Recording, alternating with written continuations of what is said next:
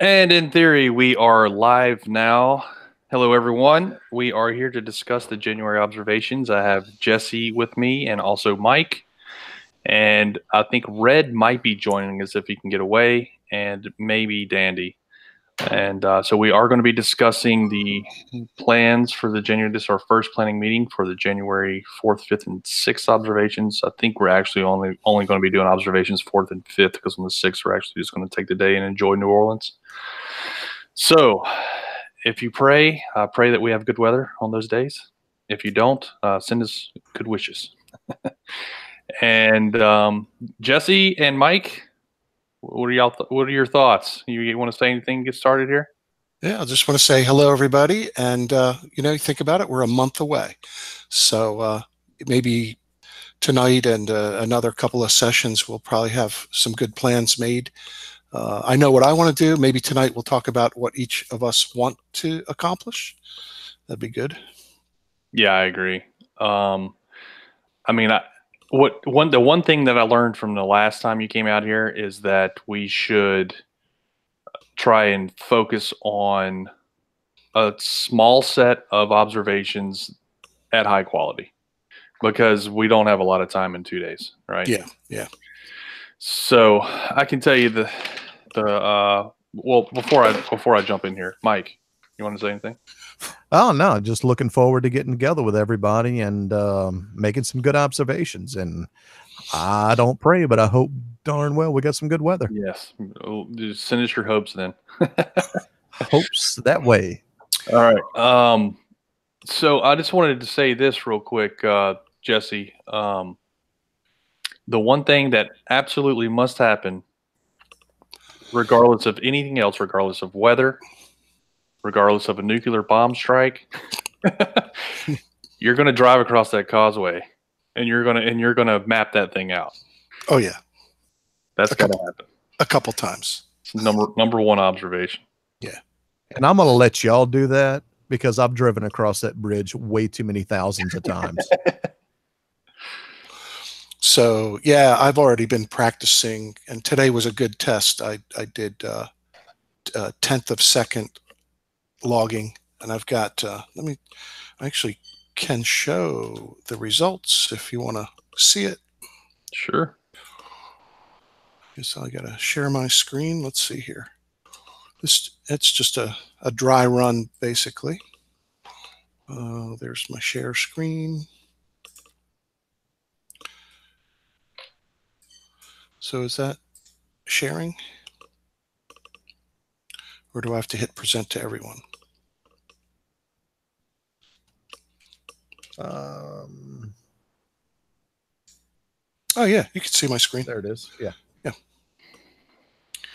All right, let me go look at my software. Here we go.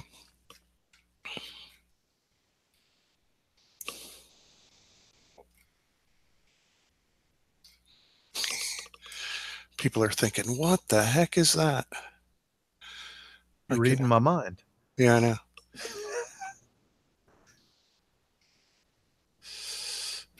Explanations will be forthcoming. So this is a control point called Hainesport, and I put a base receiver running there, which will replicate what we'll do I'm going to try to put the receiver up inside the hotel somewhere, up like on the tennis court level or something. And that thing will log data at a rate of every 10th of a second. It will store, well, to keep it simple, it's just going to store data at a rate of 10th a second. Then on the vehicle, oh yeah, I could show you pictures too. What it looks like. Let's go over here.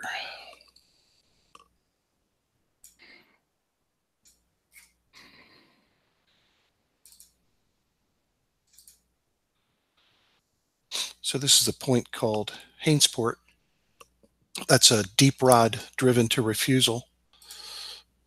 And there's the point of my rod sticking on top of that. And so this is a multi-constellation GNSS receiver. So it logs GPS, GLONASS, which is the Russian system, and European Galileo. So So I've got that thing logging raw data. And then I went on my vehicle, and we're going to make sure we get this. So I'm going to run with 2 different brands. I'll bring, running with both of these running at the same time when we go across the causeway, both of them logging data at a 1/10 of a second rate. Okay. And so what happens is once you complete that run, you bring the data into the processing software. So essentially, I guess I could actually bring this into Google Earth if that would make it appear better. But look, what I wanted to show you was just how close these are at a 1/10 of a second. What is that? What is that actually? Oh, hold on. Let me present you first of all. Oh, I'm not being No, shown. I mean, you're being shown while you're talking, but as soon as I talked, it went away. So I'm presenting you now. So there's like, that's like every foot almost. It's like 3 decimeters. The distances here are basically a shot per foot. What is it? Where did you drive over right there? Oh, let's see what this looks like in Google Earth. Also, I'm going to change the view from vectors to just points. Oh, this is really bogging down. It's not very responsive. That much data. It's killing it. Let's see here. I can go like, I can say,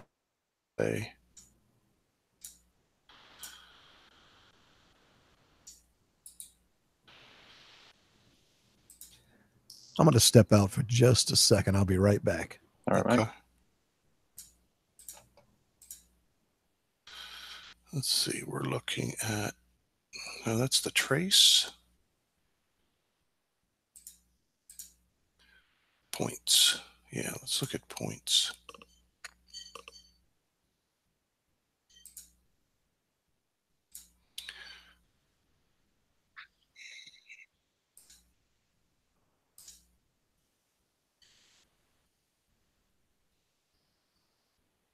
It's a lot of data.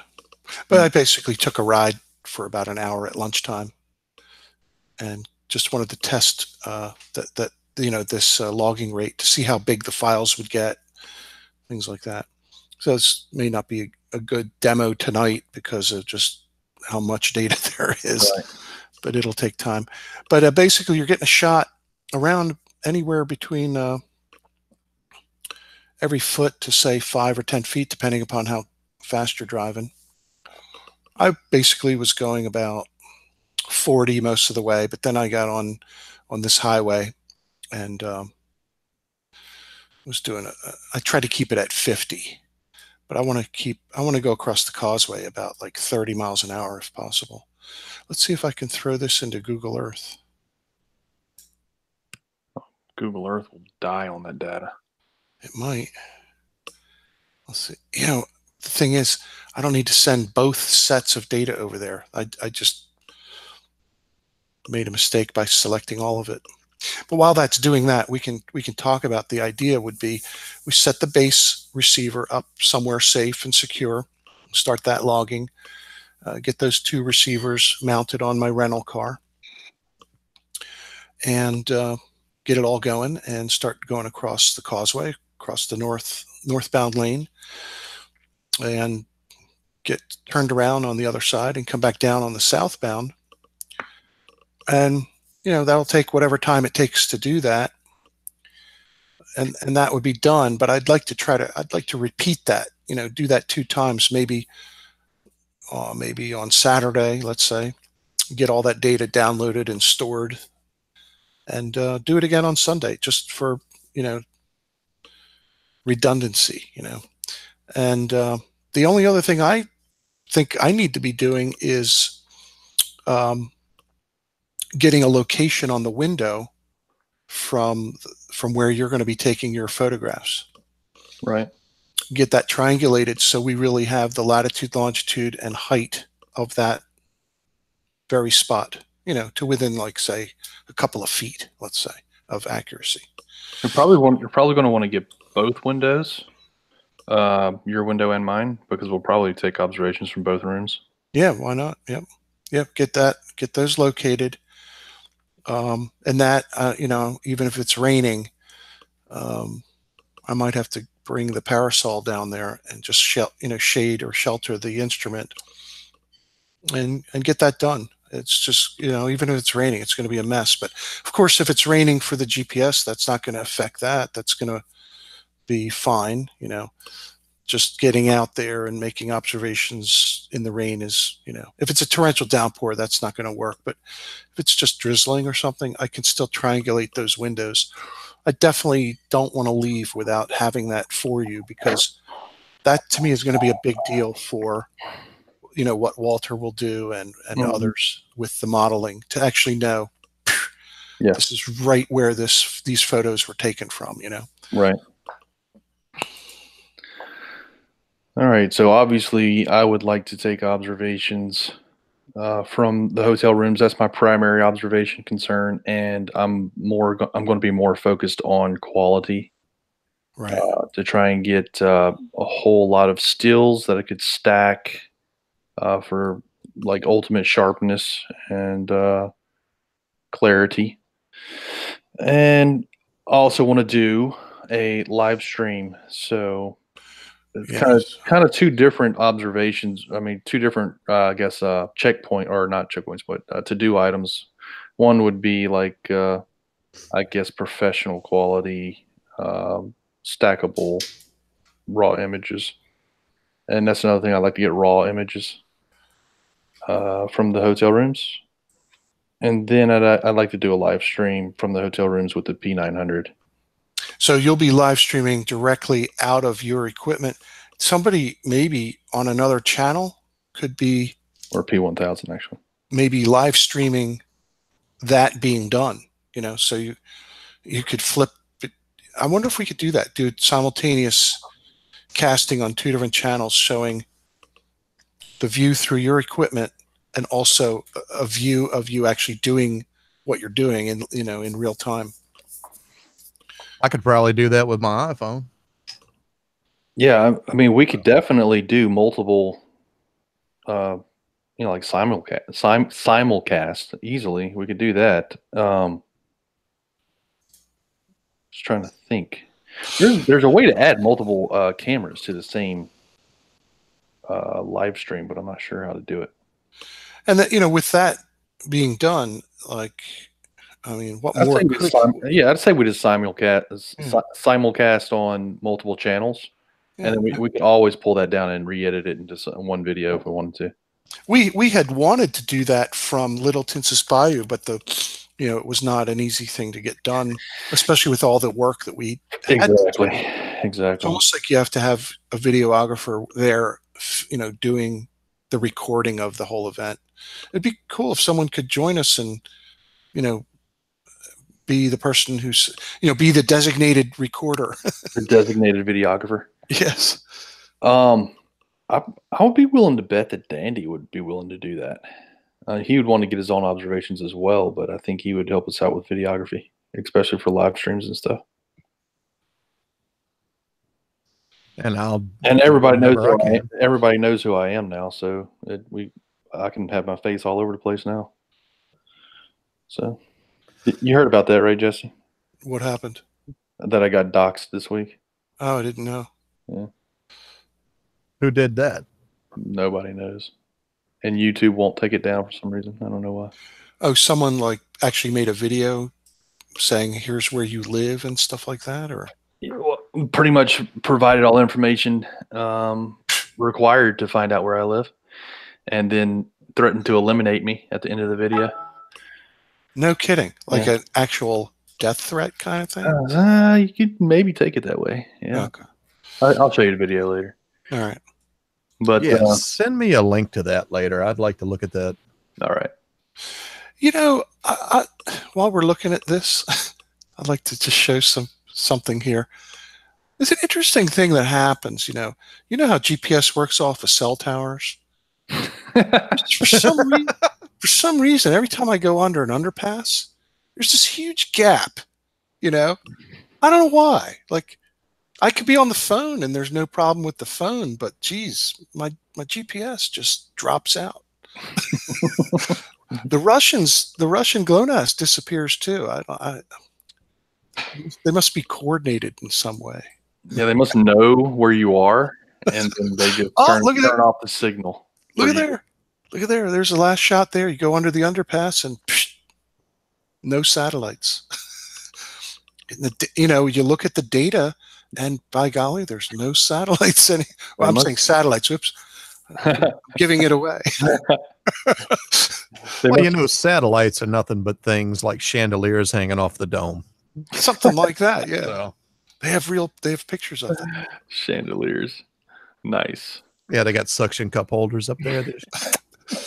I wonder whose job it is to go up there and like change the bulbs or put a new battery in, or like who has that job?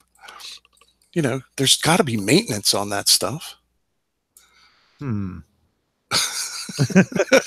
Marvel said no soundly. What Marvel? I didn't follow that. What? No soundly?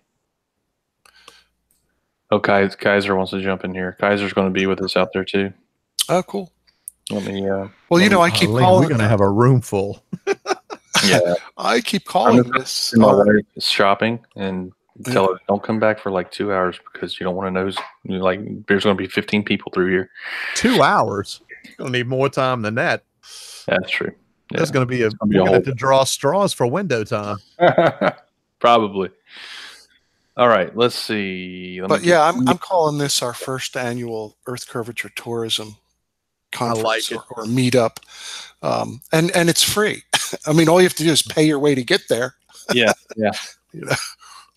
Hashtag not flat. We checked. Wait, you're telling me we can't charge people $200 to show up while we show them pictures of stuff? Well, maybe if we were in Denver. Yeah, exactly.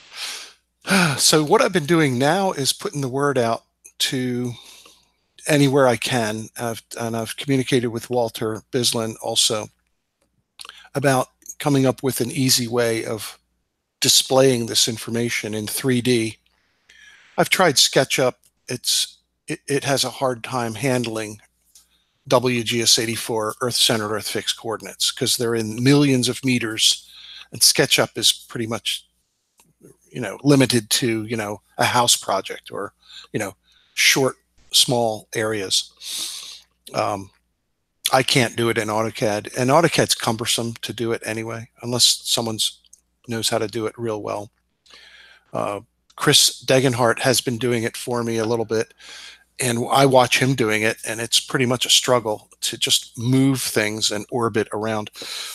I want to drop these points into some kind of software. I tried Blender too, Sally. You had mentioned trying Blender. But you have to be a Python programmer to even find a plugin to import coordinates, So I'm just mentioning it on this Hangout. If anybody is familiar with any kind of software that you can just import a CSV file, and I'll show you what I'm talking about. Just kind of planning ahead for what it is we'll want to do afterward. So here's Oh, Dandy's here. Hey, Dandy. Here is. How's it going? What's up, Dandy? Hey. What I missed? What? Well, we're kind of writing down we're kind of logging the different observations we want to get. One is the number one thing that I'd like to get is for Jesse's waypoint logging, the GPS waypoint logging. He's going to drive across the causeway and actually map it out with GPS. And then he's also going to calculate the lat lon and altitude of the windows that we're going to be in at the hotel. So that's the second one. The third observation is professional photographs from the hotel rooms, what I want to do. And the fourth one is a live stream from the hotel room. These are the things we're just putting down to-do items. So what do you want to do? Because you're up. And we got to get back to Jesse. He's showing something. Oh, yeah. I was just showing you what showing here, you guys and anybody watching, this is the output. And just so people are aware, this is what GPS operates in this 3D Cartesian coordinate system in values of X, Y, and Z meters.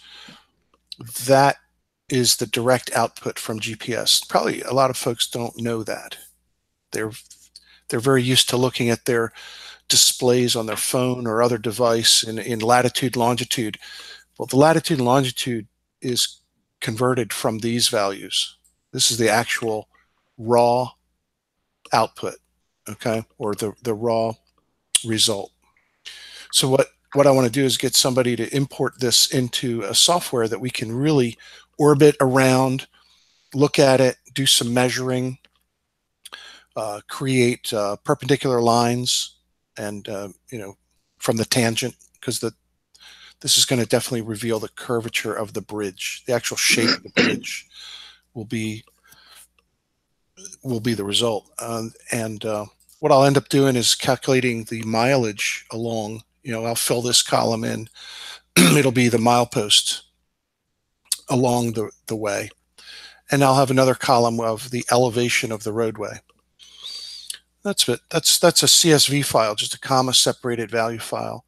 And here's the precisions in horizontal and vertical. And these are all in meters. So you can see you're getting really good result. I mean, that's like better than a centimeter horizontally, and just about, it's under 2 centimeters vertically, most of the way. So that's it. Awesome. Dang. That's pretty cool. And I have so many ideas for what you just showed me. Yeah, cool. being able to actually get those points in 3-dimensional space and plot them, that's a direct measurement of the curvature. It's not, you can't say, or refraction and blah, blah, blah. No, we directly measured this. That's the thing that I think is powerful about that. I agree. I love that. I love it. I'm gonna I think I'm gonna work on that. Hey, Jesse. Yeah. So this is something that Danny would definitely be interested in. What was that application, Geo, for your phone? Oh, the one to record the Rhinex files? To record the Earth, centered Earth fix. Yeah, right on your phone on an Android. You can get an app called, here, let me pick up my phone and I'll tell you exactly what it is. It's made by a company called Geo++. So it's Geo and then plus sign. Yep. Literal math sign plus. Geo++. And it's actually called Geo++ Rhinex Logger. And you can use that to literally record an ASCII file of the raw observables.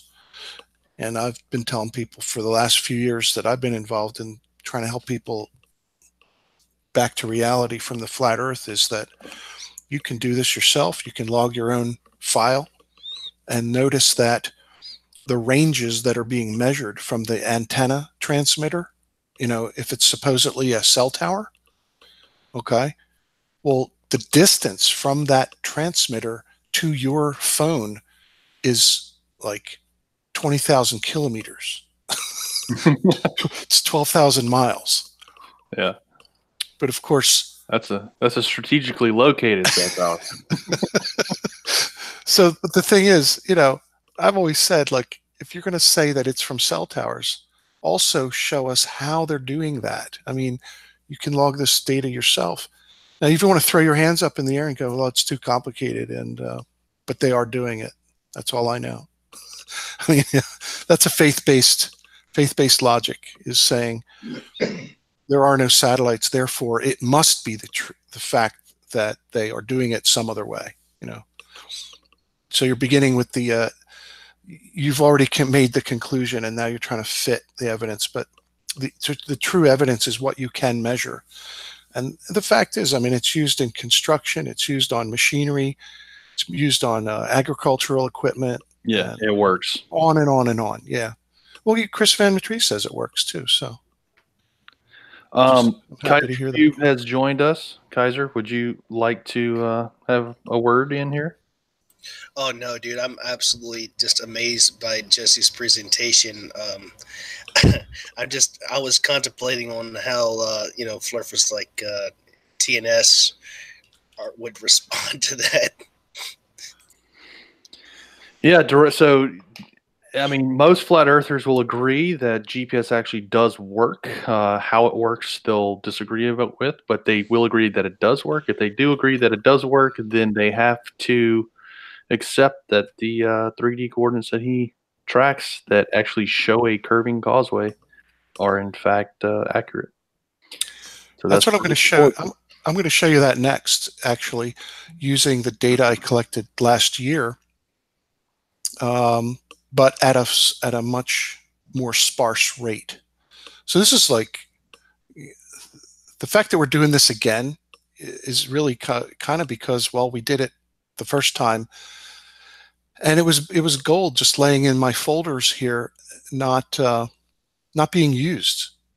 And then it just kind of came up that, wow, they're really coming after you soundly for your pictures. And I finally decided, well, it's time to dig out this data and, corroborate what your picture is showing. What I'm going to show you next here is data that I really didn't know. I didn't think about the interval. I just said, I guess I'll just take a shot every 15 seconds. I think that's what I had the recording rate set to. Something like that.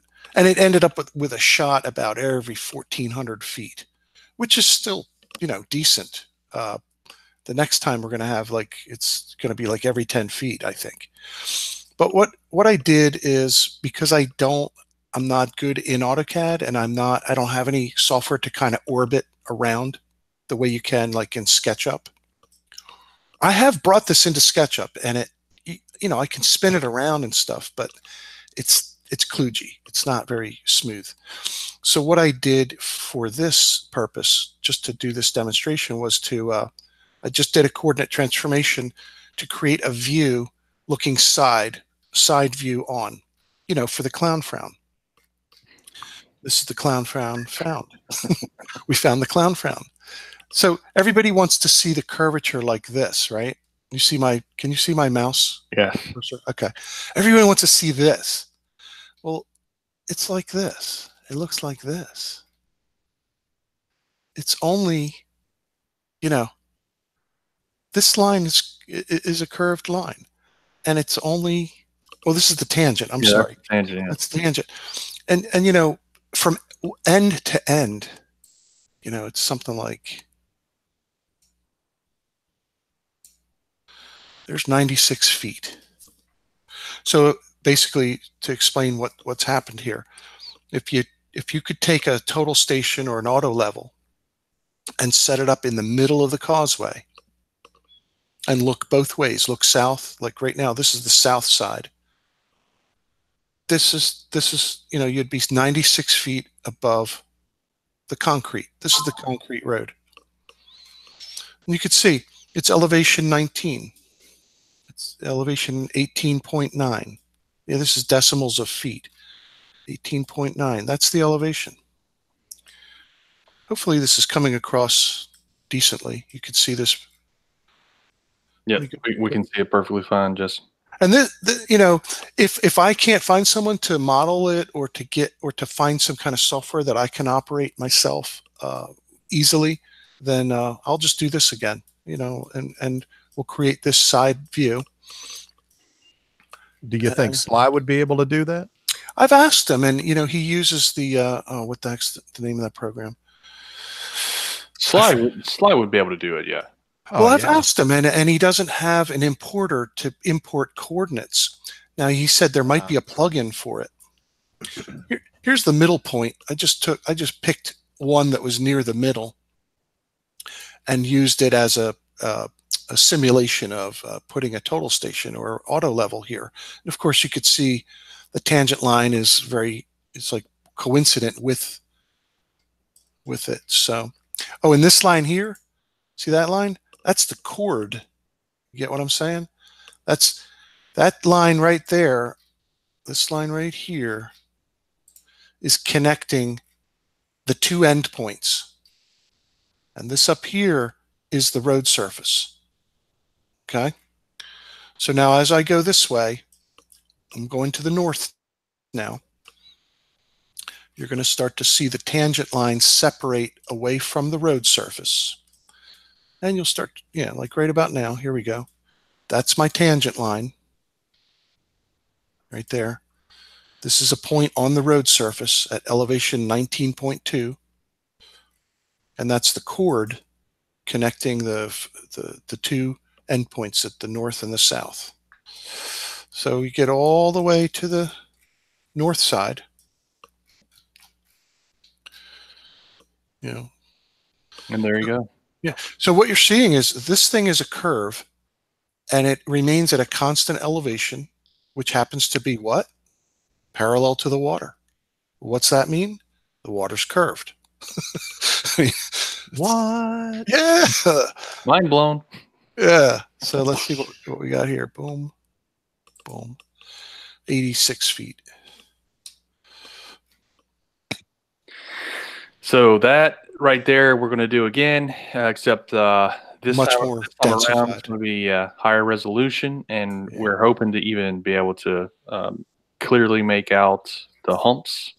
Oh yeah, the humps. Yeah, every shape, every nook and cranny of that thing is going to be. And of course, the interesting thing about that data set that you've already just shown us is that the elevation of the lower deck is roughly 19.2 to 19.3 the entire way across. Yeah. And so, there was a lot of, objections about not knowing the exact height, and now we measured it. Yeah, and just to head off any possible controversy about that later, that assumes that I made a good measurement of the receiver above the roadway. I mean, I kind of eyeballed it.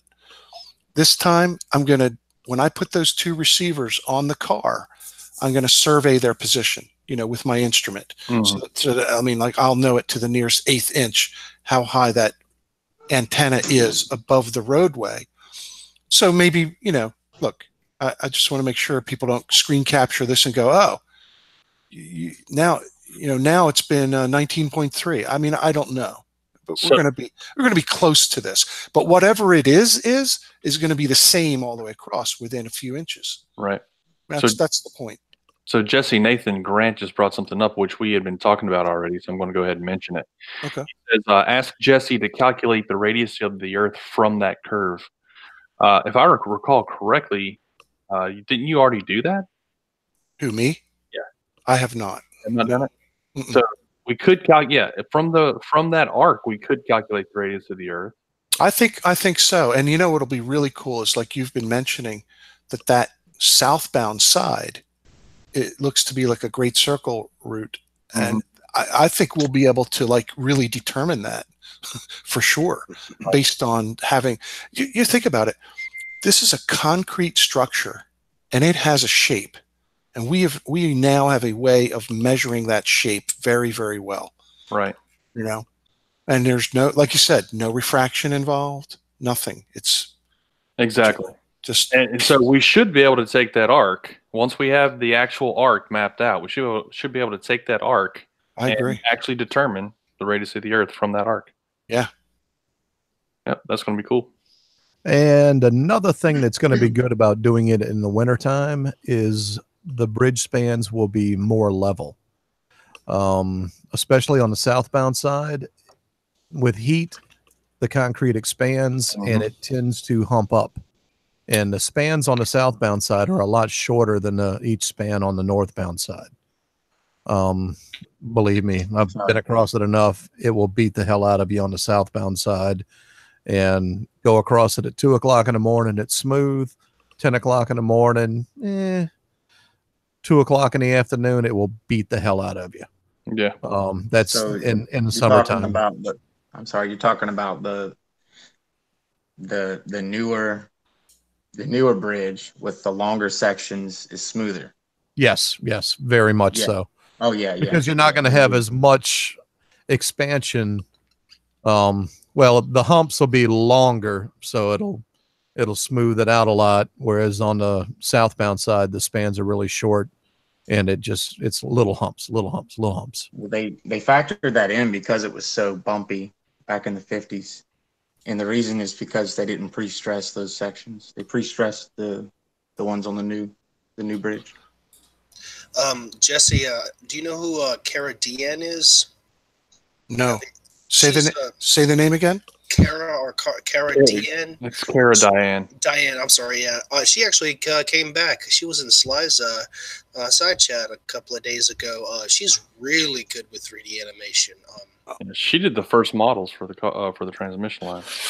As you can see, I'm pretty bad in SketchUp, and like I said, SketchUp is it has trouble with the magnitude of these coordinates. I saw Larry Scott in the chat. Hey, Larry, I'll talk to you soon. We'll be getting together next week if the weather holds out. But SketchUp is difficult because you can't like pick one of these points and say, boom, orbit around that now. I mean, it's just kind of orbiting around. If you can, I don't know how to do it, but crap, I can't even like turn that thing. But these are the points of the causeway. Let me see if I can spin this. I am not a good SketchUp user, or this is not a good application for SketchUp. Crap. Anyway, you get the point.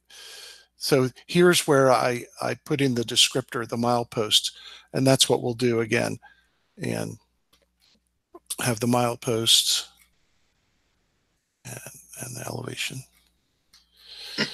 How many numbers per input? Well, this time here, I guess I can measure between these. There's a measurer somewhere. Tape. How many? I'm looking on my cell phone. I can't see. Is that how many numbers is that you have like per coordinate? These are about every 1,400 feet. Where do you see the output? Meters, 1,400 meters. It's meters. No, this was, let's see here. Yeah, no, that can't be right. I know these are 1,400 feet apart, and I don't think that's maybe imported it as meters. Something happened. Well, I used a plugin that somebody wrote, and it might have the units screwed up because there's no way these are a kilometer apart and a half. Right. No, they're about 1,400 feet. So something happened with the units on this import. But this is what I'm looking for. I really just want to have some kind of a display with just the point number, my descriptor, because all I want to do is have the milepost and the elevation, and then do just kind of be able to measure, do some measurements, just do some real simple things. And maybe somebody out there knows of some program that could do that. Let's see. Well, I mean, Unity definitely can. Sorry, I think we were talking over each other. Go ahead, Randy. Yeah, Unity can definitely do it. Unity? And that's what I've been learning lately. And I'm just trying to figure out how many points. See, that's what 5,280 feet per mile, and you're saying every 10 feet. Well, the next, for in January. But if you want me to shoot you this file here to play with, I can send it your way. Just to kind of like get some practice with it. And I'm inviting anybody out here that would like it. I could put this file like on a, what do you call it? A drive somewhere. Google Drive. Right. Google Drive somewhere. Take it and play with it and see. There's going to be some type of rule to write. The only thing that, like so far, I programmed a cylinder and a ball to fall against a surface, bounce off of it, and then go up to infinity.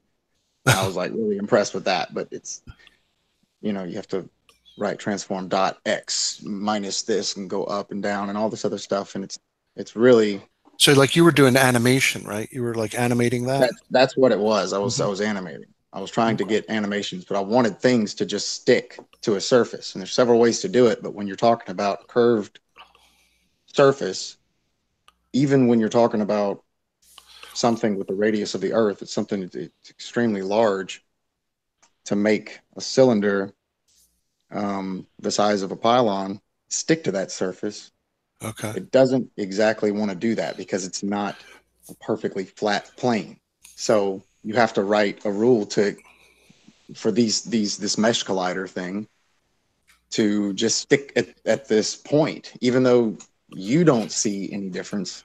The numbers know. It's like the math that you put into this thing, because if it's 0.000001 meters, that makes the difference in this program, even though you can't see it, and it doesn't, you're just trying to get it as close as it can be.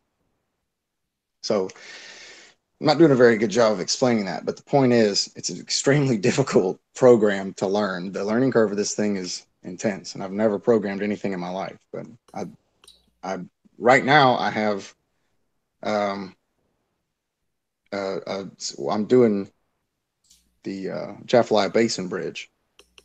I contacted the company that built that bridge and spoke with one of actually he's the co-president of this company, and he was involved in the development, the building of this bridge.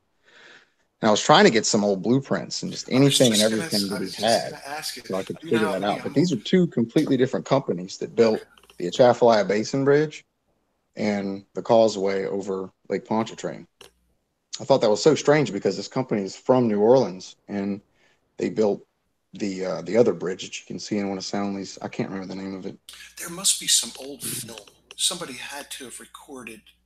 It had to be on the news. It had to be. I have actually a document that I found that is like the history of the bridge. Yeah. Which one? What's really funny though, I'll have to. The causeway. Oh yeah. I'm pretty sure I could pull up the image. I think I have it in my push account where it was Debbie and Jim's hangout had a picture, an old picture of the Causeway Bridge when it just got built, and she was like, "Oh, see, look, it goes into a point at the end." And I was like, "Wait a minute!" So I opened up Photoshop and I blew the crap out of it, and sure enough, there was a clear width of at least like 8 pixels from one side of the bridge to the other right at the horizon. Wow. This is an old black and white picture. Just going off to the vanishing point, right? Yeah, it was like a full, like at least 8 pixels of width at the vanishing point. Well, I've looked up the old control points that they had established during the construction of the bridge. They're no longer there, but they were set on piling or some temporary, structure, but they were all triangulated. So we're talking the old days, before maybe EDM, maybe electronic distance measuring was used also, but most of those are all triangulated. I might be able to dig that up right now. Yeah, I'd like to give a shout out to Stephen Bowman in the chat, $4.99 super chat. Thank you. And he says iTunes is stupid and won't let me give it in even dollar amounts. Oh, by the way, before I move away from this, I'm just saying that the cord, connecting the first point to the last point to the middle hump is about 93 feet. Right there. Yeah, this is very similar to what it looks like in the model that I made. I simply put in the surface, the length of the Chaffalaya Basin Bridge, and figured the drop and everything, the amount of curve that it would have over that course. And in Unity, it's really cool because you have what you see in your development pane, and then you have another pane which is like what you would see in your video game if you were, because this is what this is. It's a video game software. Okay. And you have your camera. It's really neat because you can set your focal length and your field of view. So you can put in 2,000 millimeters for your at, you know, 0.89 degree or 1.01 degree field of view, which would, you know, would match the P900. You can do ones that match the P1000 or whatever camera that you have. That's what's so much fun about it, is that you could literally line that shot up, and then you can have all these points that you have and how you want to look at this thing from the side, from the top, whatever. Okay. And you can program that in, so you can have this camera sort of go from one location. Hold on a second. Hey, I was going to say this real quick while we have this little break. There's a guy in chat named, what is it? Pointless Bunkum. That is a 3D artist of 20 years offering to supply his help. Awesome. Oh, man, that'd be awesome.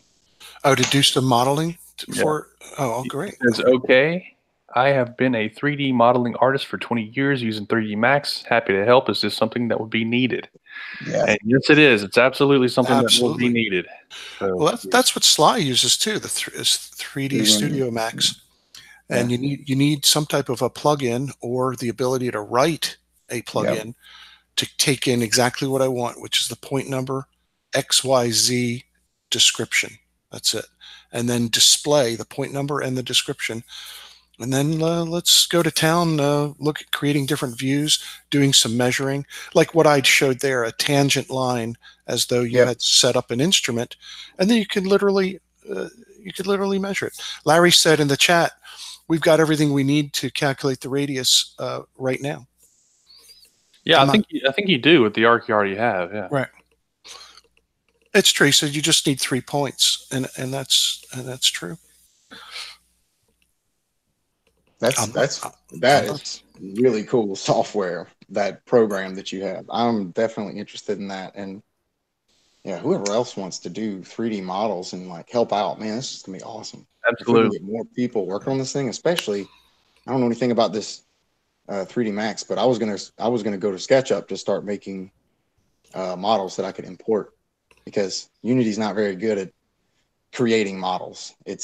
Even though it's really good at using models and moving them around and placing them in different places and stuff, and then animating, it's pretty much, you have to write programs and scripts to do all of that stuff, and that's what's so difficult. But yeah, modeling in Unity is such a pain. It's really better in SketchUp or 3D Max and other programs like that. So if he's using 3D Max and he's willing to help, I would love to learn how to model in either of those two programs, so I can import that into Unity and do what it is that I'm trying to do with the cameras and stuff like that. Because I would love to make a type of video game, just a model that sort of matches reality with all these different data points that come from real life measurement. And you could literally have this character walk up or drive down the causeway and use different cameras with perfect stability. You know what I mean? To go down the causeway at 1,000 miles an hour if you choose, you know, or 55 or whatever. But you have a vehicle, you have your camera, you choose, and you can look at it in any way that you want. And then you can enter God mode and look at it from above, the side, however, and you will see exactly what it should look like based on the type of camera that you're using, or you know, maybe I'll program an eagle's eye in there or something like this is what you should see if you were an eagle. You know, you're pretty much describing what is being done now with in the world of surveying using LiDAR, which is just, you know, it's laser scanning, and these laser scanners can record points at rates of 2 million or more points per second. They put these laser scanners on. You know what? You want to see this? Should I show you this? I'm looking at the chat. I'm sorry, I wasn't even. I can show you laser scanning. These are mounted on vehicles, and they're driven down the road. You know, just picking up, the way I'd like to tell people, it's almost like they're picking up every molecule. I mean, not literally, right? But it looks like that. And at the same time, they're doing high resolution photography, so they can colorize every single point. So the points that hit the grass will They be set a green. texture map on the points that are there. Oh, I've yeah. seen them And do it's- that with the Chauvet caves, and I think it's in France. They didn't want to touch anything in this cave, so they set that device to go in there and map it with little tiny laser points, and it just spins around in that cave, and it's several billion points of data. And Oh, they're yeah. able to completely map the cave. Now that would be, now did they light up the cave to take the Mhm. photography as well? Or is it simply just the, they can colorize it just using the intensity of the returns from the. I only saw it in sort of a, Look, did it look black and white? like, it was more of a wire mesh monochrome, but it wasn't okay. wire mesh. I don't have any other way of describing it, but it was a point cloud. It was a point cloud. Point cloud, yeah. Andrew John is already in panic mode as he just uploaded 2 minutes ago. Soundly Planet Lake Pontchartrain smashed by globe killing footage. I'll look forward to seeing that. So we're done for before we even get there. Where in the hell does he get that? People are delusional. Oh, but it gets clicks, man. Golly. I was about to say I missed the old like sleeve. Whoa! Bad mic. Wait, You got that dollar store mic, man. yeah, well, actually, Best Buy.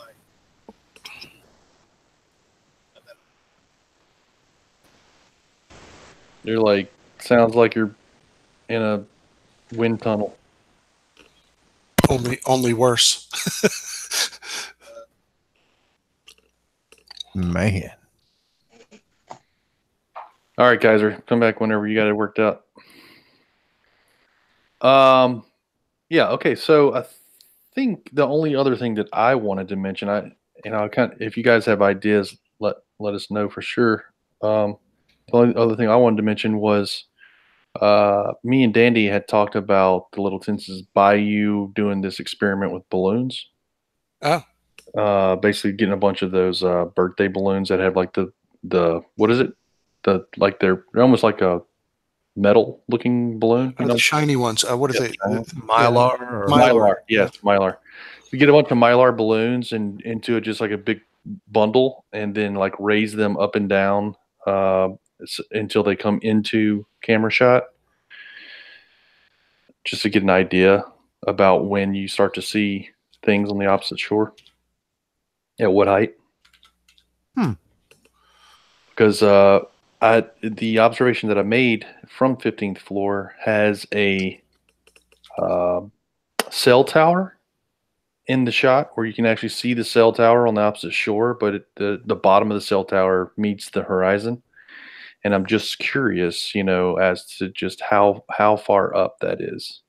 So just to try and get an idea, get something that can be seen, something big enough to where you can raise it up and it can be seen. I think it's worth giving it a shot anyway. Which end of the of it would you be on? I was thinking we would have somebody with the Mylar balloons at or near the wind turbine, Jesse. Okay. And then the photographer, the photograph would be in the 15th floor of the Marriott. Oh. That's it. That's the idea. Is it better or worse? Better. Much better. Much better. All right. Do you all see this? Yes. This is laser scanning. How can this software handle all those points? But you can't pull those other points into this software? Wow. Well, these, point clouds are handled differently in a way than survey observations. And so when I was showing you before all those vectors coming out of that base station, it's something else is going on. Point cloud software is much different. The one thing I didn't do was colorize these, but let me see. So that entire thing there, I don't even know what to call it, model, image, whatever, was created by one device scanning this bridge? Yeah, let's see. I made several setups on both sides of this river, and I could show you what that looks like. That is insanely cool. Yeah, it is. Well, this is I bring this forward now so people start to realize that, you know, all these flat earther nonsense they talk about with distortion and the telescope and all that stuff. This instrument right here, you don't even look through it anymore. I mean, there's a lens on here, and it's a video display on the data collector, and it's a laser scanner. And so, you know, it's all these excuses of flawed surveying equipment just don't hold water. So you can't look through this. It's not that kind of telescope anymore. So it's all laser scanning. That's amazing. So What perspective? yeah, well, there's your perspective right there, right?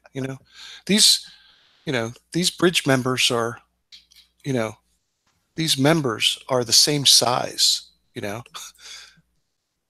They look smaller. But did you tell your scope that? I have to tell it. This is a bridge, and that's across the river.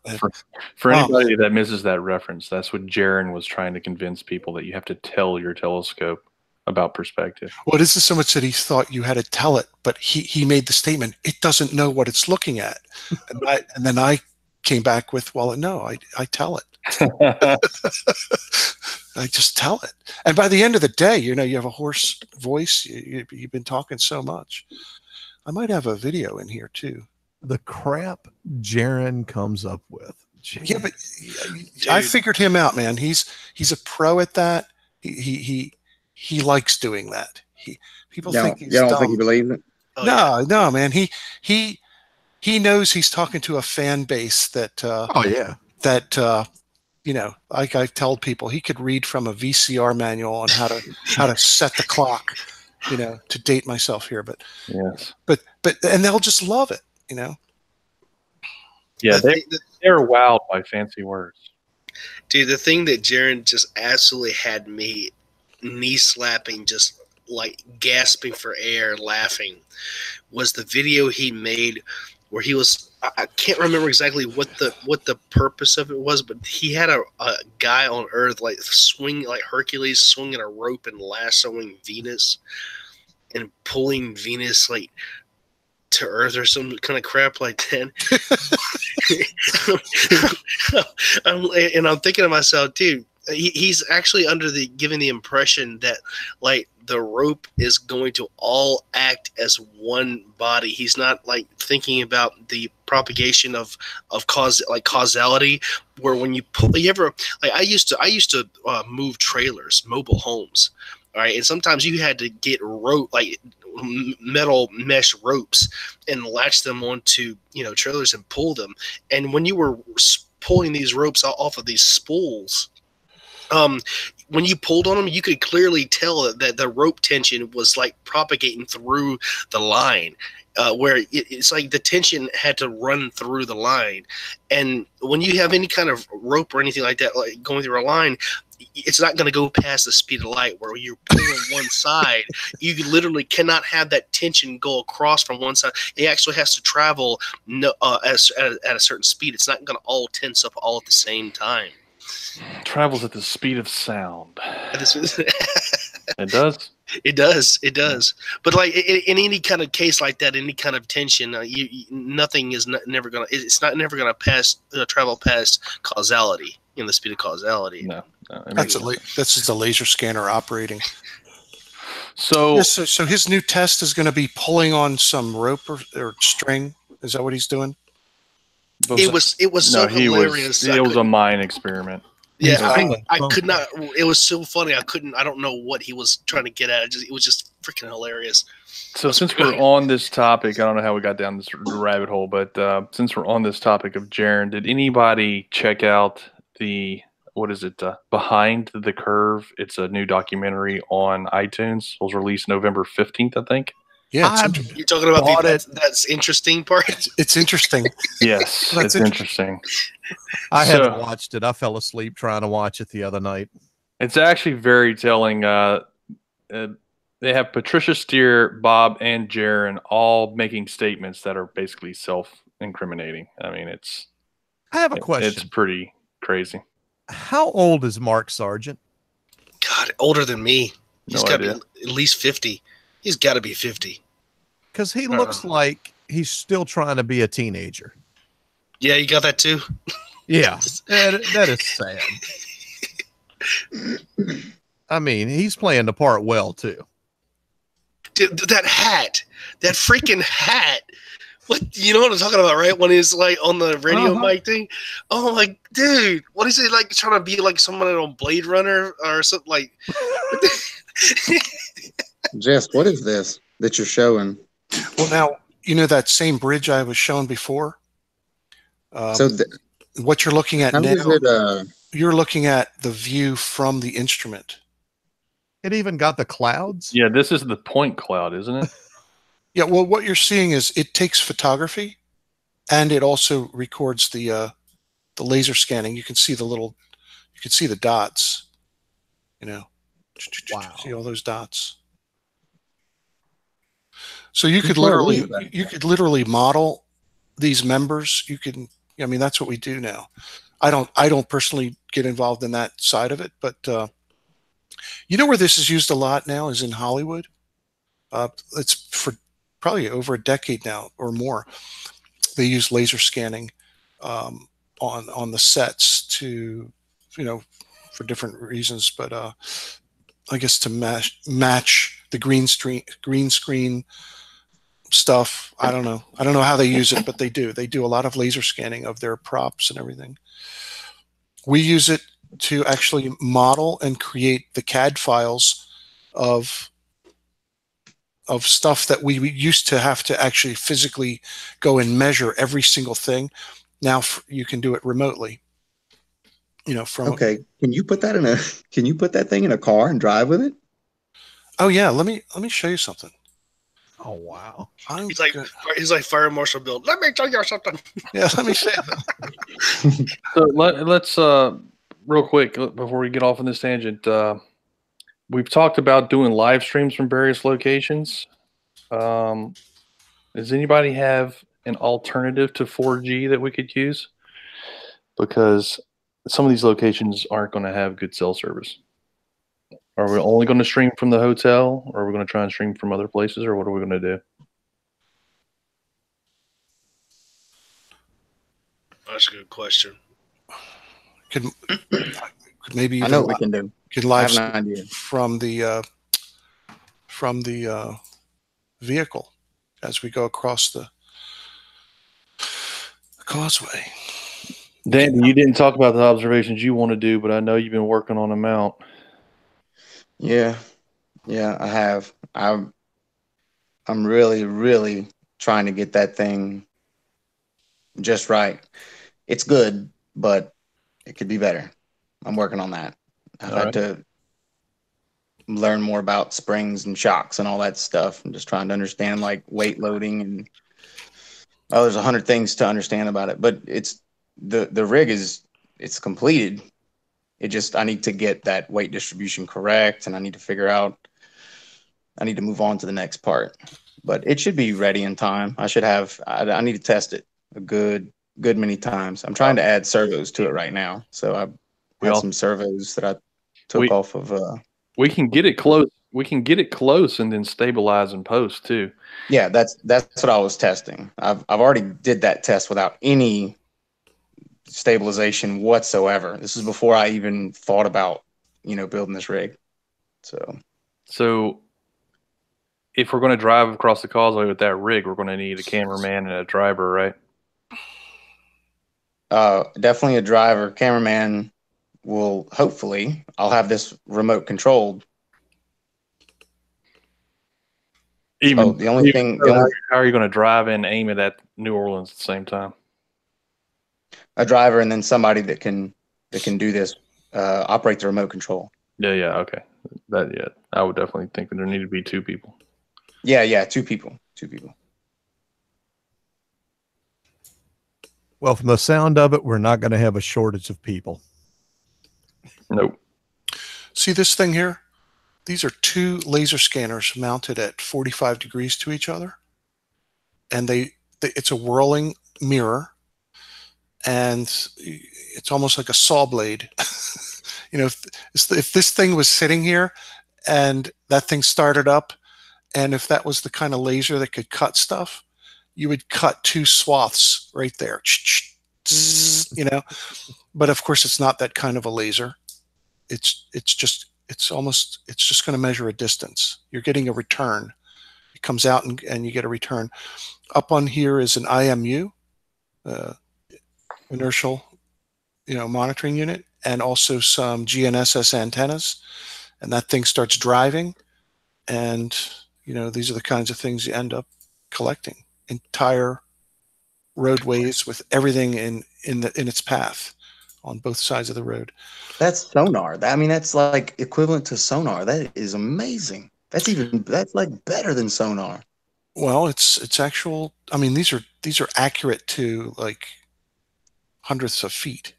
I can't believe I didn't know this existed. Tight. Yeah, if you just look up mobile LiDAR, you'll find out about this. If you look up aerial LiDAR, you'll find out about the same application, which kind of predates the mobile use. It really began from an aerial platform, looking down at the ground from a helicopter or a fixed-wing airplane. Wasn't there a couple of episodes of CSI where they mapped out like a crime scene on this using this stuff? Oh yeah, it probably was. Here we are in a tunnel. I mean, you get every nook and cranny. You get all the cables, all the fixtures, everything. But yeah, it's used in crime scene. It's used in a lot of areas now. There was a guy. Yeah, there was actually a guy. I don't know if you watched Storage Wars, but there was actually a guy that found one in a storage facility on the Storage Wars episode. Yeah, that's pretty interesting. It would be cool to like fly a drone. We use drones too to do this. I'll just look up drone. These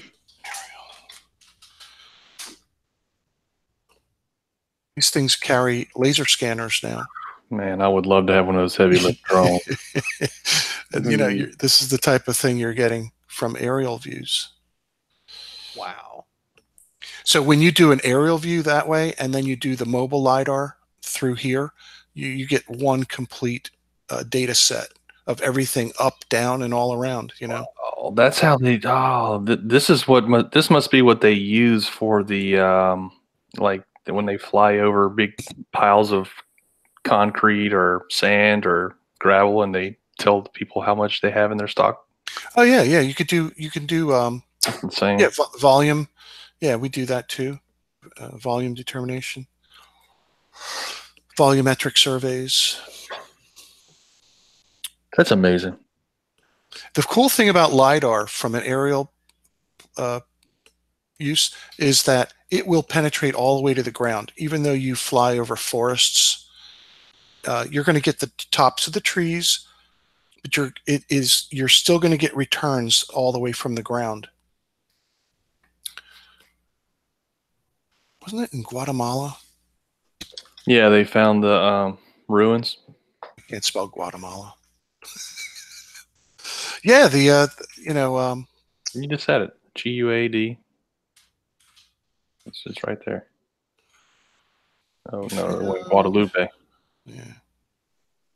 Maybe a T. Just misspell it. Google will tell you. Yeah. There it is. And I think that's the country. And didn't they find Yeah, they found some new ruins. LiDAR, and they found pyramids. Didn't they? Yeah. I just didn't know if I had the right country. Yeah, they found by just, yeah, here we go. Spelled pyramids wrong too. They found this entire complex in the rainforest, like where you wouldn't even know to go there. But now they know, hey, let's go here. Instead of just hacking through the jungle blindly, they found this stuff using LiDAR. Pretty cool, huh? Chrissy sent $5 in super chat. He said, "Here's a couple bucks towards your sonar laser mapping vehicle. Make it military grade and drive by moving south." I'm almost afraid of what we might find out. I have a couple of skeletons in the closet. All right. I don't know. I kind of sidetracked us on my excursion there, but are we covering what we want to talk about, Sonley? We do need a videographer. I agree. We need a videographer, and this person in the chat, Jen Morgan, says, "Soundly, need a retired techie with a strong photography video production background." She could be our videographer. Yeah. Tell you what. You know what we should do after this hangout? I'll probably have to jump off here soon. Yep.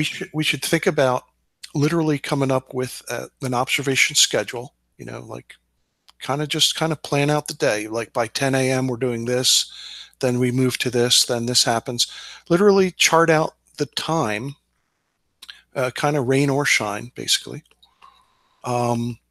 Give some thought to, go back and look into this chat later, see who has kind of stepped forward to say they want to help or participate, and reach out to them. Just kind of get ready for the next planning session where we could start to make some decisions. Yeah, I agree. And on the next planning session, we're going to have to hopefully, I'll talk to Reds tomorrow, and I'll talk to who else wasn't here? We're missing somebody, I thought. Thrive and Survive? Yeah, he's not going to show up. Oh, Jose. I was going to talk to Jose and see if he wanted to participate in these planning meetings. And so we're going to have to get better coordinated since there's so many of us, and actually set a date maybe that everybody can get together for the planning meeting. Yeah, good. Yeah, and like I said, just mull over, just kind of visualize in your head, I'll be getting in on that Friday, and right, just kind of. So my plan on Friday is to take off and very early in the morning to go to the North Shore and try and get a sunrise. Okay. And then meet you in New Orleans whenever you get in. Okay, cool. That's my plan. And my wife's going to be meeting us. I think she's going to actually be meeting us on Saturday. So Sunday we're definitely going to be a down day for me and my wife. Anybody else wants to do observations, that's fine. But me and my wife will be enjoying New Orleans on Sunday. Okay. So Friday and Saturday, those 2 days, I really want to get everything we can get. Yeah. Are you talking about this weekend? No. In January. Okay, good. Yeah. 6th. January 4th, 5th, and 6th is when this is going to be occurring. And I'll put that in the description. And I'm going to get with you because I'm going to put in to take that Friday off, and I'll probably meet you out in Mandeville. Perfect. I think I get in before noon Friday. By the time I get my car and everything and get to the hotel, I'm thinking like noonish to 1ish, somewhere in there. So even if I can start the drive and do some of that Friday, might have to come in at that time. I'm not sure if you can check in for free. And then I think I don't leave till Monday. Remember, I have that tripod out here as well. Yeah, so I won't need that one, but I am going to bring some others. Okay. Oh, but before you go, Jesse, first of all, I just want to apologize. I'm a goofy kind of guy. I tend to crack jokes, sometimes a little distastefully, so I apologize for that in advance. But if you there's something that I've been wanting to do for a while. There, a lot of surfers for the last couple of years, at least, I noticed they make these strange claims that literally burden themselves, where they don't have to. They go out of the ordinary to burden themselves with these strange claims. And one of them happens to be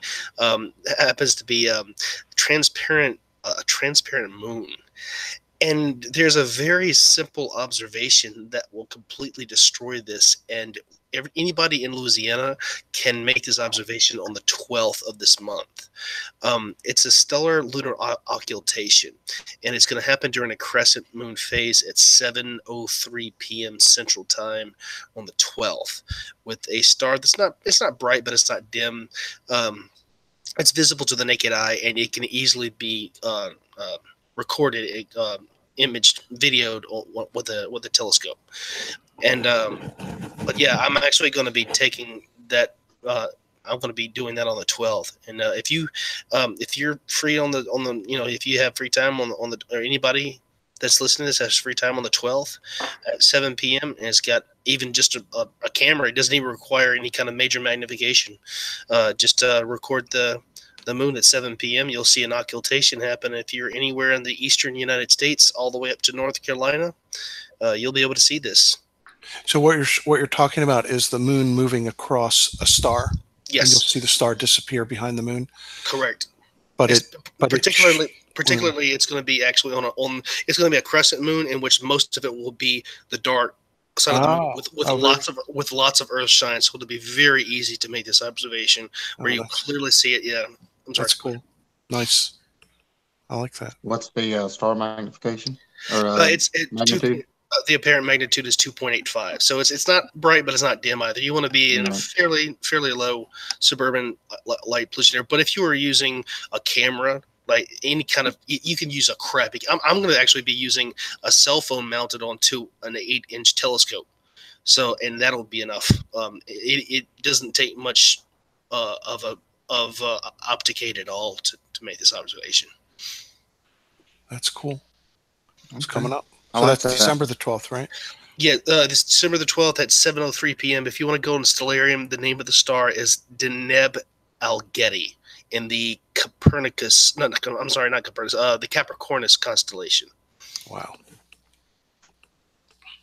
All right, so Pointless Bunkum has emailed me, confirmed. I emailed him back. He's offering to help us with 3D CAD. Sounds awesome. Love it. Yeah, I predict lots of flurfer heads exploding in 2019. Oh, yeah. What I've been noticing is that the more we bring, the farther they reach to the dumb. I mean, just... Well, I said this, a year ago, or maybe a little bit before that, but about a year ago, I said, my goal is not to get rid of flat Earth. It's to refine the crazy into a smaller volume. That's trying to get all the fence sitters out of there. You know, it's just about distillery at this point. Yeah, it makes sense. I mean, that's where most people that I talk to are.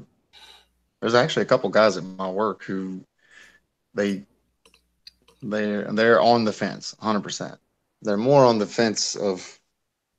I think they're closer to flat Earth, and the ones that are, there's a couple of them that are real young, like 18, 19, and they're more, you got to watch how you talk to them, because when you're 18, 19, just become a man, you know everything. You can't, very aggressive. They saw it happen once, therefore that's the rule for everything. Like, that's just the way that they think. We have a tendency, and I'll correct myself here. And I'll correct myself for the sake of, and not for the sake of, but for my own self-awareness, that we do in fact have a ex-flat earther in the chat right now who has been nothing but me and him have been having nothing but good conversations. I'm going to be interviewing him soon, hopefully. And so I do want to say that the efforts that we are making, I don't know if they directly affected him or not, but the efforts that we are making are definitely affecting people in a positive way.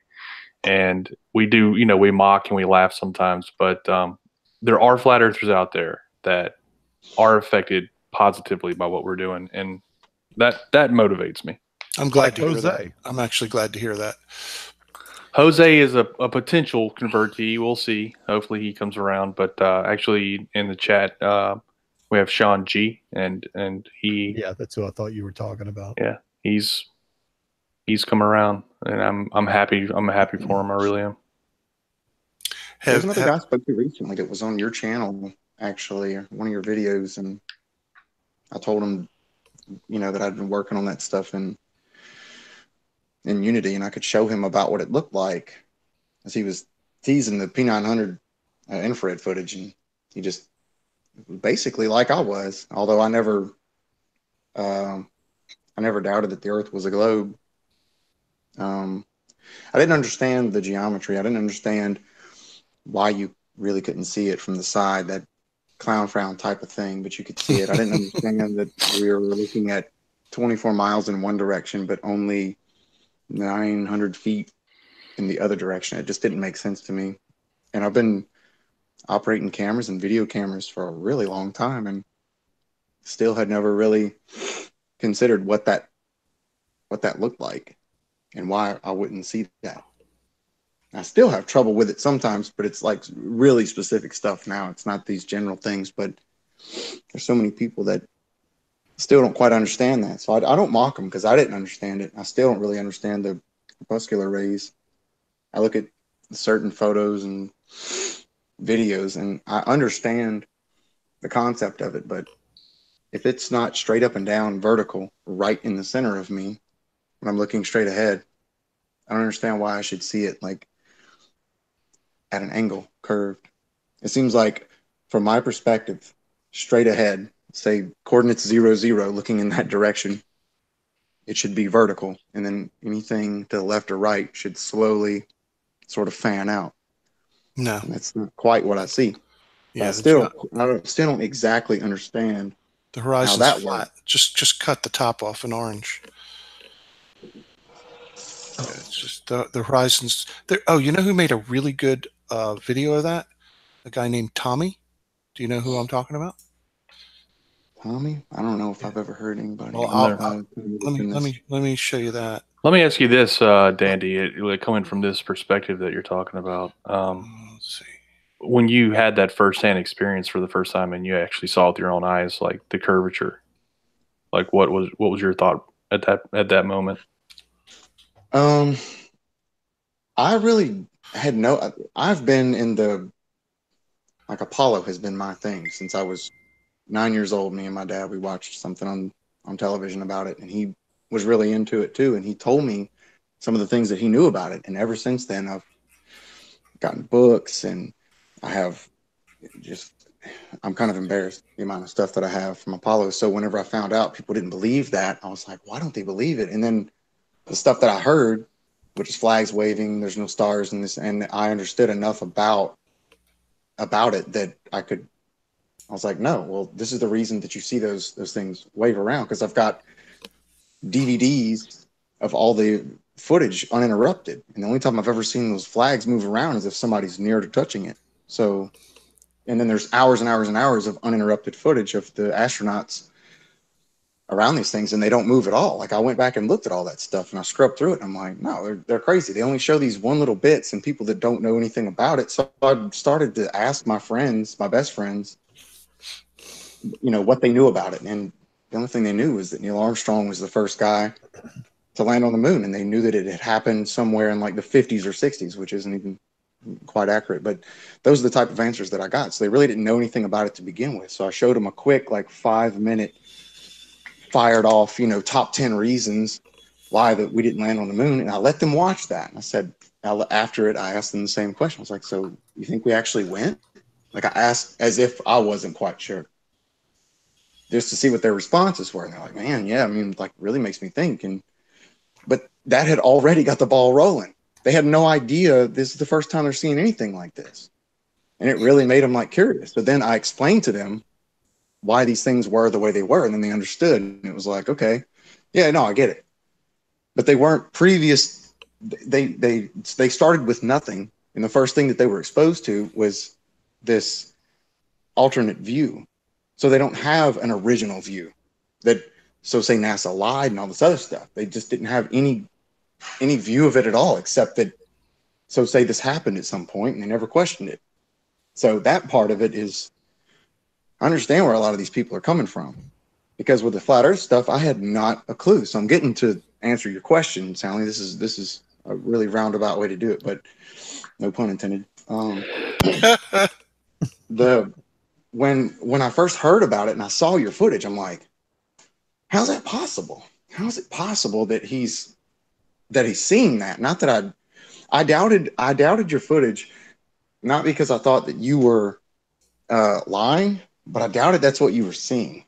And then I'm like, okay, if you're seeing curvature, and if you can do this curve calculator, so I did that too. I put the stuff into the curve calculator, and I'm like, okay, well, that is what you should see.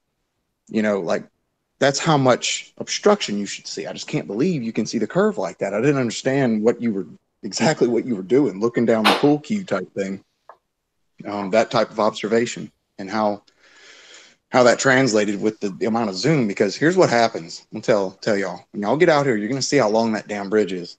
Even that 7.5 mile long bridge over the Atchafalaya Basin, it's long as hell. When you drive it, you're like, wow. And then when you look at this footage constantly that we're getting, you'll look at it for way longer than you were actually out there on the scene with your own eyes, and you'll forget how far away that is. And you'll look at it and you'll go back out and realize, man, like, I have no sense of perspective because I'm looking at it through such high magnification. I forget how far away that is. That's one thing that really struck me. But I thought about the Atchafalaya Basin Bridge, and I'm like, I think I've even gone back and looked at my first comment to Soundly, which was, hey, do you think over 7.2 miles you'd be able to see that same, some type of obstruction or some type of curve? And I think he was like, I mean, you should see some, maybe. And I told him what I was going to do. And I went down there and I took a photo through my telescope with my cell phone camera. And sure enough, you could see it. And I still doubted it. And then we went back together from the other side. And whenever we got to the top, on the Rama side, when we got to the top of that levee and I could see it with my naked eye, that was powerful. That's when I knew. And then the next big factor, I know Kara's model and all that stuff, but whenever I made my model and I did basically the top of the bridge, just a simple, like a ruler, imagine a ruler that was as long as 7.2 miles and I just inputted the numbers for the Earth's curvature. And I looked at that in the 3D model through the same focal length and field of view of the P900, and it matched what I saw in reality. That right there sold me. I was like, oh, 100% that we're seeing Earth curve. Yep. There's no doubt in my mind. But that's basically what it took for me to have zero doubt about, if I ever had a doubt and just did not quite understand it. It was seeing it in real life by the way, with no optics. You can see this with your naked eye. At the transmission lines, you can definitely see it with the naked eye. And just doing that, you have to see it yourself. Say, speaking of that, it reminds me of whenever we were in the water, like up to my neck with the P900. And Mike actually just the other day was driving down the road and he took a picture with, what was an iPhone 6, Mike? Yeah, I was doing 65. It was a horrible day. I mean, it was just real dreary. And I was just shooting video of it. Just held up my phone, aimed it out the passenger window and passed it. And when I got stopped, I got to that point, cropped it, did a screenshot of it, cropped it, and you could still see the curve. I mean, I drove by there 6 times today and could see the curve every time. That's what I try. That's what I try and I know how powerful that is. I've seen it firsthand with myself. I've seen it with Dandy, and I've seen it with a couple other guys. Real Every Day is another guy that's been out there. Jesse. I mean, when you see it firsthand for the first time, I have a video of Jesse just belly laughing. I mean, it's powerful, and that's why I want people to go out there. I want flat earthers to go out there and see it for themselves, because when you see it for yourself, it does something to you that's different than just a photograph. Well, I just wanted to make mention of this real quick. This curvature little video by Tommy Gronvald. I think he's Norwegian. He uses SketchUp, and he does this little video to help you understand why you cannot see the clown frown. So that's one you might want to check out. And the other guy I want to just kind of make mention of that I just found today. Have you guys found Bob Townsend? No, I've not, but I like his avatar. He's making some very unique videos, and he's not a lot of subscribers yet. 60 subscribers. Watch a few of his videos, and I think I think this guy's gonna explode. He's gonna like have a lot of. I want to promote him right now, so that's why I'm showing him. His videos are very well done. He's very calm. He's a physician, a pilot, and a critical thinker. And I've already shared 2 of his videos on my channel. I thought, he's doing a great job. And he came to, Kara? Yeah, that's it. Just wanted to say that. Kara Diane has joined us. Welcome, Kara. I'd like to read the super chat real quick first. Canuck M sent, "Good luck, guys. Glad you're fighting the flat earth fiction clubs. I just don't have the time or the patience." Smiley face. Kara, welcome. You're muted. Yeah. I mean, she's not muted, but I'm not sure she can hear us. David Ridden, I think, is another guy. If that's right, I don't know if y'all have seen him, but Can you hear me now? Yes, I can hear you now. Good. Hello. Hi. Hello, Kara. Hello. Hey, I'm just curious. I'm glad you're here. How did you get the link, though? I'm just curious about that. Did I share it? Kaiser sent it to me. Oh, Kaiser. Okay. Okay. Woo. It's like, oh, great. I don't want other people. I mean, hack skills. Yeah, exactly. Could I share a little story real quick? Yeah, Mike. Yes, please do. But Okay. hold on one second. All right. Just real quick, I just want to introduce Kara. Kara was around when I first started making observations. She actually made the first model that I know of. I think her and Mick West kind of made a model around the same time, but her model was definitely better at that time. So that's Better is subjective. well. It was the first one that actually looked like transmission lines, I should say. So I appreciate your work back then, Kara, and welcome now. Mike? Well, thank you. I've been meaning to actually update that and make like the public interactive version of that so you can play around, move around the camera and put it anywhere. That would be awesome. That would be cool. All right. Takes time though, Yeah, exactly. Kara, who made your spawner? Did you write that? Yeah, I programmed, did everything. Yeah, Danny's been playing around with that. Your model. Which Yeah, one? The one with the spawner. You put it out and get it. Oh, okay. I did, yeah. Yeah, I didn't know anything about Unity until I started with your stuff, and I didn't understand it, so I just started from scratch, and then slowly started to implement some of the stuff that you had already done. And I do not understand the spawner.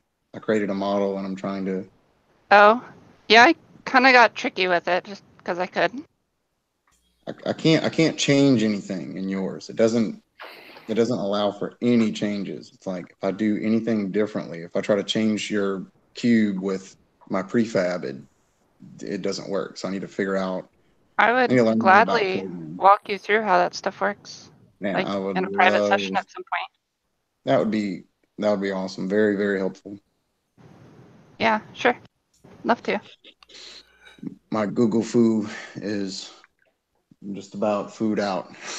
Okay. I'm hoping Mike hasn't forgotten his story. No. I drive for a living, and I've logged over 120,000 miles just on the causeway. Well over that. Yeah, Wow. I've been over it literally at least 5,000 times. Wow. I used to go across it 5 times a day. 3 down, 2 up, 5 days a week, and did that for about 5 years. So do the math on that, and yeah, plus a lot of other times. But and driving a truck, you sit up a little bit higher, so you have a different perspective on things. And when you're going south on a clear day, you cannot see the Superdome until you get around the 18-mile marker, which is 6 miles out from the North Shore. Wow. And then it looks like a mushroom rising out of the ground. And I mean, how anybody can deny that is beyond me. They just must be in absolute denial of reality. And another time, a coworker of mine, we were looking across, and it was a really clear day, and he saw the something just to the left of downtown, and he's like, "What's that?" And it looked like 2 little dots. And I told him, I said, "That's a GNO." "Oh, no way."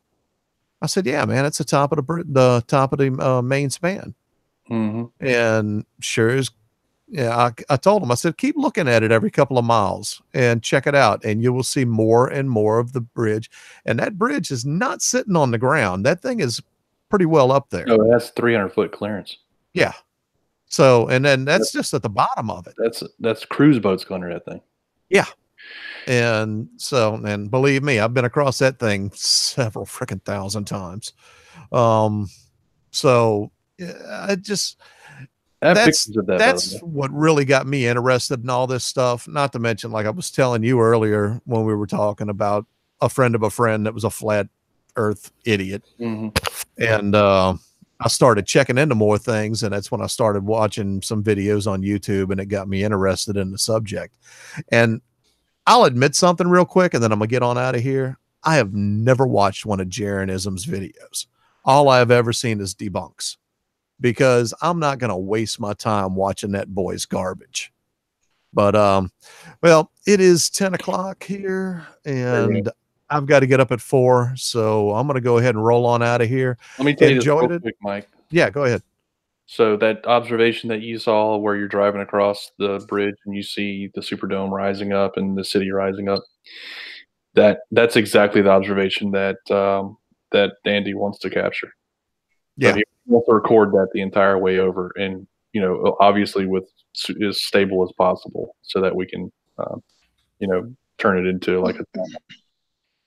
Yeah, it's really surreal to watch that thing, because I mean it's kind of shaped like a mushroom, so it looks like a mushroom just rising out of the ground. Yeah. But anyway, well, let me go ahead and get on out of here. Enjoyed it, and looking forward to the next one. Everybody in the chat, everybody here, glad to meet y'all, and everybody have a good night. I'll see you. Good night, Mike. Thanks for coming. Good night. Yeah, I think I was about to say, I think it's time to wrap it up. Yeah. Anybody with some last words? Jesse, you first, and then. I'm just laughing. Somebody, you got to throw it in there. Keep it flat. FECU.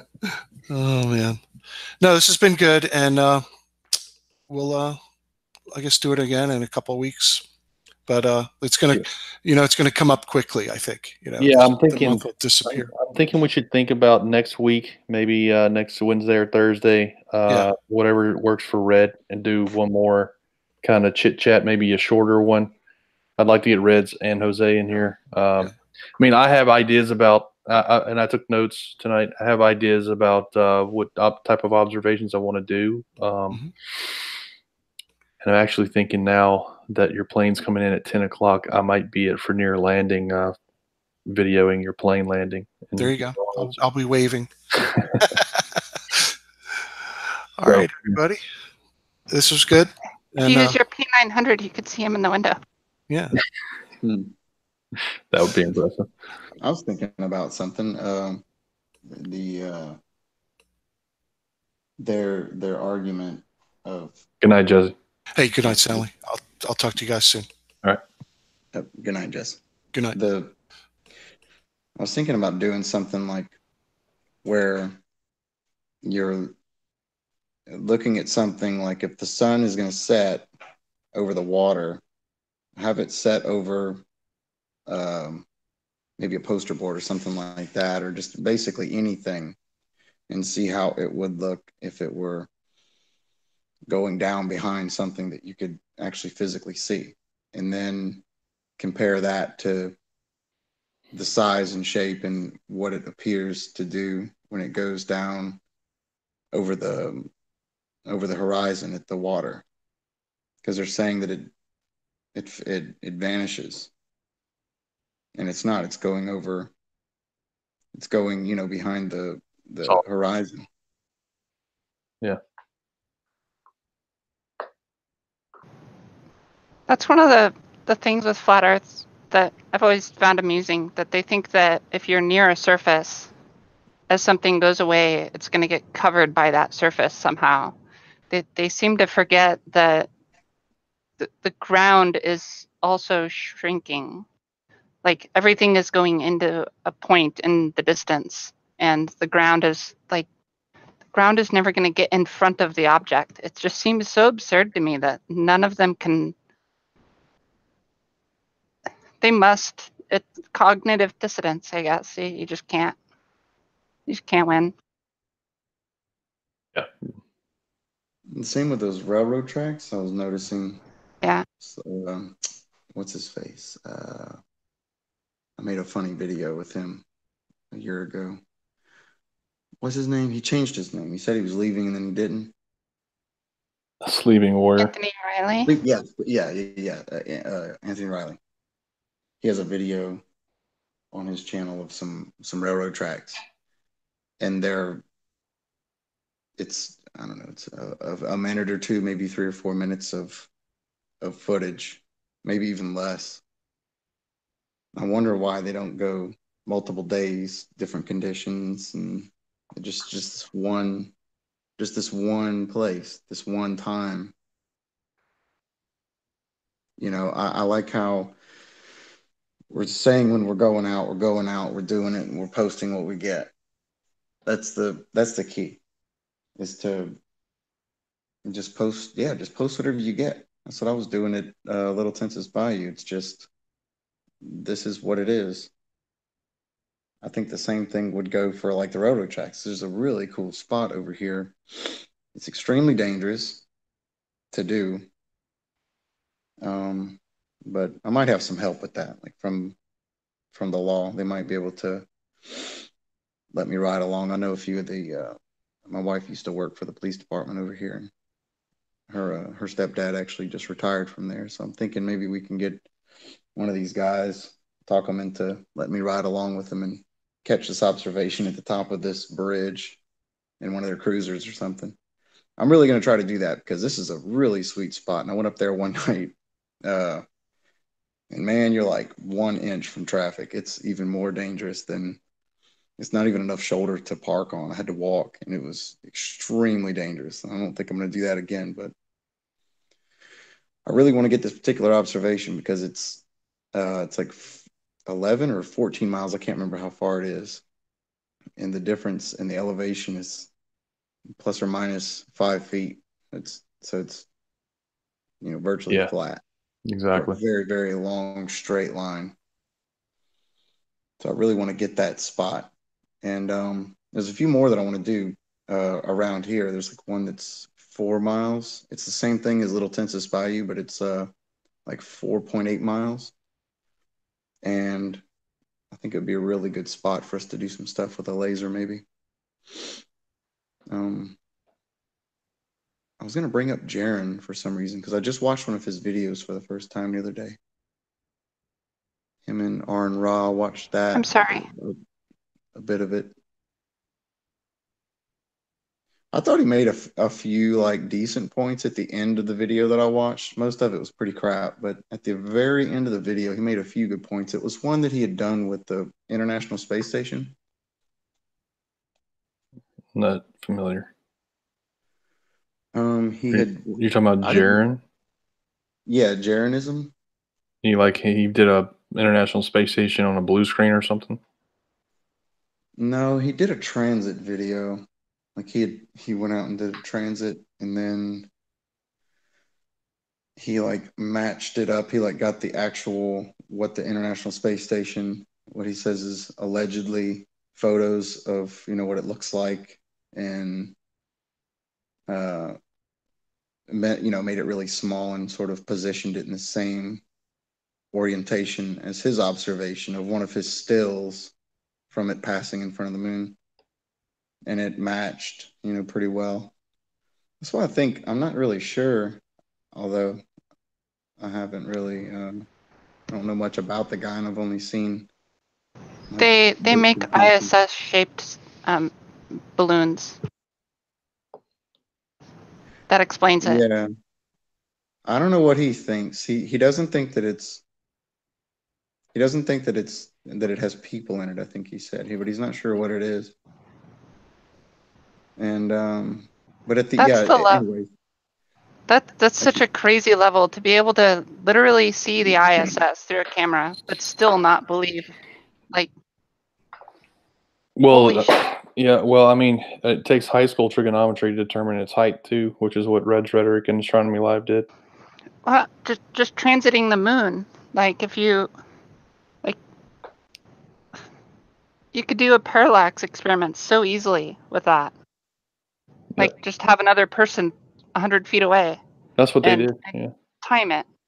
Yeah. Red's Rhetoric and Astronomy Live did that. They're about I think Did a they? kilometer away. I Yeah. didn't see that.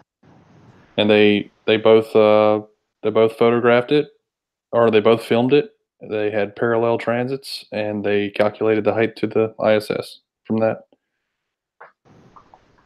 That's awesome. Yeah, I didn't know they did that with the transit. that was a cool observation. That's Very really cool. cool. All right, guys, it's time Yeah. to shut it down. Astro's probably right, because Jaren, he just lies. He's a compulsive liar. Yes. I'm convinced of that. But anyway.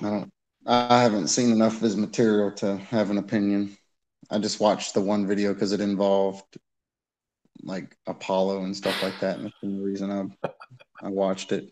That's the only thing I know a lot about. Is that actually GeoStreamer's alternate account, or is that somebody just posing as him? Who? Alexander. I want to say that's him. Yeah, he said, "Thanks for coaching me."